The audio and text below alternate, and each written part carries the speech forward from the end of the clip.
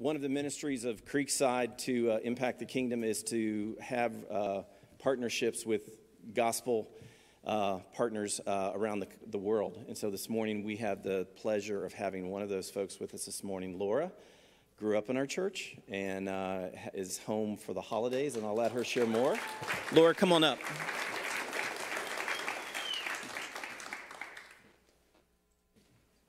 Thanks, and good morning. So I just want to take a couple minutes this morning to tell you just a brief update. I was not actually supposed to be here right now. I came back for Christmas, spent some time with my family, and got stuck by COVID. So I'm here and just really excited to share. Just want to give you real quick an overview of what I'm doing, where I am, how COVID has impacted us, and just updates since last time I saw you all a couple years ago. So real quick, I live in Chad. The little star on there got put on the wrong side somehow when I transferred that to a JPEG. I'm on the other side of the country, but still, this is me. I work with a team of 6 other people. We are seeking to reach a people group of about 1.5 million nomads. I've been there since 2016, and over the last couple years, we have transitioned as a team out of having at least half of us in full-time language learning. So this is just a really exciting time for our team. How has COVID impacted us? Actually, in our day-to-day lives, very little. Most people in Chad originally believed COVID was a hoax and now believe that it actually happened, but it's all past tense. It's gone from the world, right? Just generally nothing. We haven't been wearing masks for forever, except for the first month or so. Day-to-day life continues as normal. What it has changed for us is travel.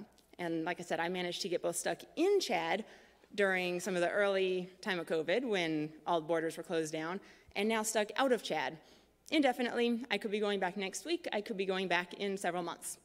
God knows, and we'll wait on that. So just quick update on our team. If you can give the next slide.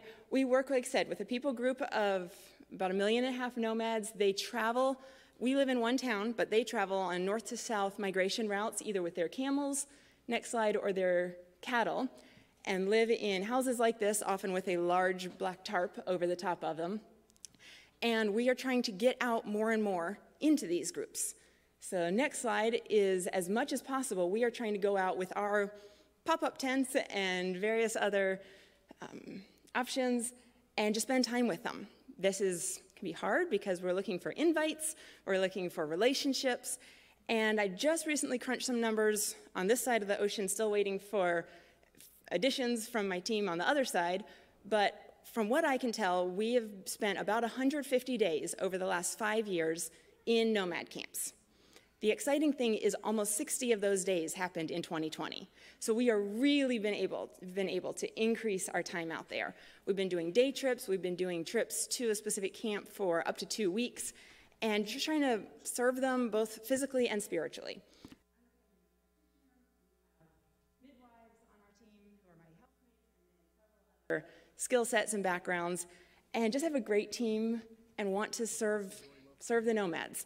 So going out and doing clinics, or going out and doing some literacy programs, going out and just hanging out for the day and being friends with them. And one thing that has really looked like for me recently is, I told you a little bit about this when I came back last time, learning stories in Arabic, learning biblical stories and sharing them, trying to go creation through Christ, but just a set of 9 stories, and looking for opportunities to share those, which have just really been coming up recently. So next slide, this is, all right, out of order, we'll take that one. This is my fault. A little card this lady's holding. I know it's hard to see, it's hard even in the original picture, but I have on one side of it is just a simple picture representing a Bible story. This one has a snake wrapped around a tree. You can guess the Bible story. And the opposite side has just a brief health teaching. So this teaching is a picture of a lady carrying grain on her head and several other things representing what foods are our basic carbohydrates. So just going through and giving, again, simple health teachings and general stories that then can lead into the gospel, and just to get to share with them what it is that God has done for us. And we have, to date, lots of people who are very interested, willing to learn, willing to listen, Not many who have stepped beyond that, but we are still just hoping and praying for open doors, open hearts. So just a couple quick prayer requests that I would ask, and I do just want to say before I give those, thank you for your prayer, your many, many prayers. I know that you all as a church, you all as individuals have just poured so much time, effort, support, prayer into this, and that means a whole lot to me, and I know means a whole lot to the work, more than I can truly understand. But please do be praying. One, pray that I can get back to Chad. My plan was, like I said, less than a month here and then coming back this summer for 6 months. That's what I would love to still happen. We will see. So yeah, pray that the borders open. It could be as early as next Thursday. Pray for our team as we're trying to go out. Since I've been gone, that my team has continued, those who are on the ground, to go out to nomad camps, to serve people in our town. And it's just been great to hear those reports. So whether I'm there or not, pray for just ongoing ministry, especially as we enter into dry season, which is nomad season traditionally, which is when we actually can access them. And then finally, just pray for nomads' hearts to be open and for the kingdom to spread there. It's obviously what we all very much want, and yeah, is our end goal and our hope and prayer. If you're interested and want to learn any more, do just come grab me afterwards. If you don't have one of these cards, I'd love to give it to you. If you want to get on my email updates and you're not, I'd love to get your email address or just to hang out and answer questions. So thank you all very much.